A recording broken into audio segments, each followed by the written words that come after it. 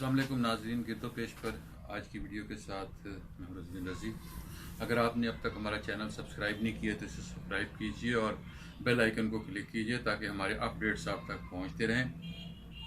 बस छोटी छोटी बातें होती हैं जिन पर हम गौर नहीं कर रहे होते, लेकिन वो लाशऊरी तौर पर हमें समझाई जा रही होती हैं, बताई जा रही होती हैं।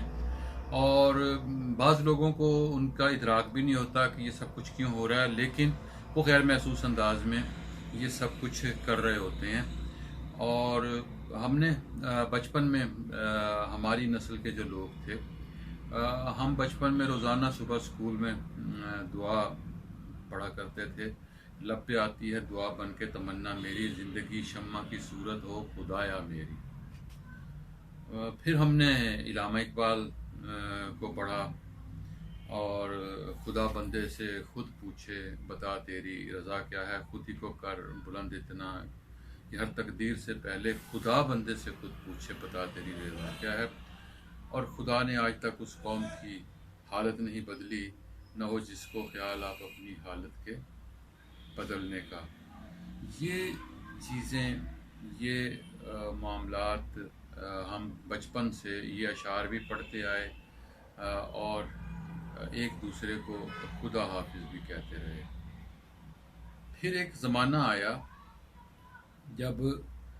गैर महसूस अंदाज में कुछ लोगों ने, कुछ इदारों ने ये बावर कराना शुरू किया और सरकारी तौर पर ये कोशिश की गई कि लफ्ज़ खुदा का इस्तेमाल न किया जाए और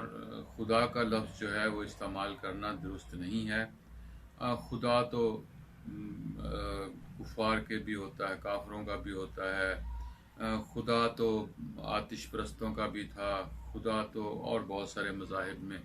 होता है। हमारा अल्लाह है और अल्लाह जो है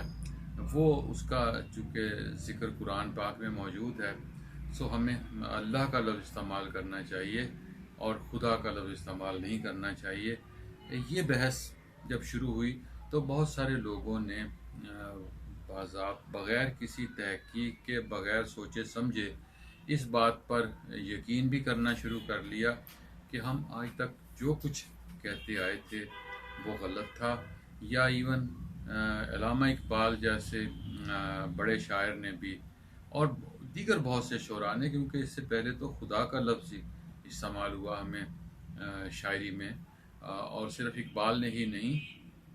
और बहुत से शायरों ने ये लफ्ज़ इस्तेमाल किया। सो वो सब लोग जो थे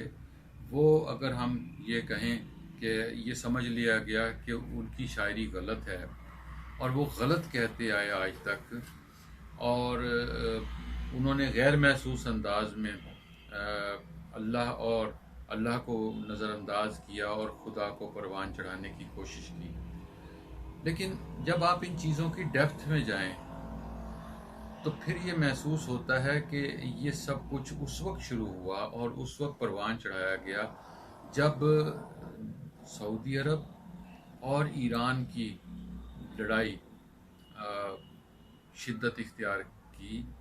और जब फ़िरका वारियत को फ़रोग़ दिया गया, और जब फ़िरका वाराना तौर पर एक दूसरे को, किसी को काफिर और किसी को मुसलमान और किसी को वाजिबुल कत्ल करार दिया गया। सो उस सारी लड़ाई के दौरान हमने खुदा और अल्लाह को भी फ़िरक़ों में तकसीम कर दिया। एक लफ्ज़ चूँकि फ़ारसी से ताल्लुक़ रखता था खुदा का और दूसरा लफ्ज़ अरबी ज़बान का था,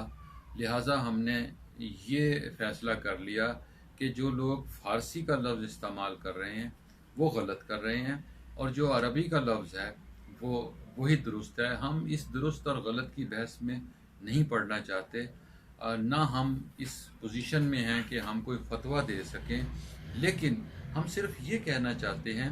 कि आपने, जिन लोगों ने लोगों की नीयतों पर शक किया, उनके बारे में आपका क्या ख्याल है और हमारी क्या राय होनी चाहिए कि अगर कोई खुदा का लफ्ज़ इस्तेमाल कर रहा था और उसके जहन में कोई ऐसी बात नहीं थी और वो खुदा अल्लाह को समझ कर ही वो लफ्ज़ इस्तेमाल कर रहा था और वो अल्लाह की किबरियाई کا حامی بھی تھا، اس پر یقین بھی رکھتا تھا، اللہ کی کبریائی پر اس کا اعتقاد بھی تھا، اس کو یہ بھی معلوم تھا کہ خدا خالق کائنات ہے، اور جب وہ خدا خالق کائنات کہتا تھا تو اس سے مراد بھی یہی تھی کہ اللہ تعالیٰ کی بڑائی کو وہ بیان کر رہا ہے۔ تو جب آپ نے ان لوگوں کی نیت پر، اور آپ یہ بھی جانتے ہیں کہ اعمال کا دار و مدار نیت پر ہے، اعمال کا ہی نہیں آپ کے افعال کا دار و مدار بھی نیت پر ہے، اور آپ جو کچھ کر رہے ہوتے ہیں اس میں آپ کی نیت کا بہت عمل دخل ہوتا ہے۔ سو جن لوگوں نے اللہ اور خدا کی یہ تفریق پیدا کی اور اللہ حافظ کو رائج کرنے کی کوشش کی، اور خدا حافظ کی جگہ اللہ حافظ کو رائج کر دیا، سو ان کے بارے میں آپ کی کیا رائے ہے؟ میں تو دو لفظوں میں اگر بات کروں تو میں یہ کہوں گا کہ ان کی نیتوں میں کھوٹ تھا، جو خدا کہہ رہے تھے ان کی نیت میں کھوٹ نہیں تھا، نیت ان کی کوئی اور تھی، جو خدا اور اللہ کی لڑائی پیدا کرنے کی کوشش کر رہے تھے۔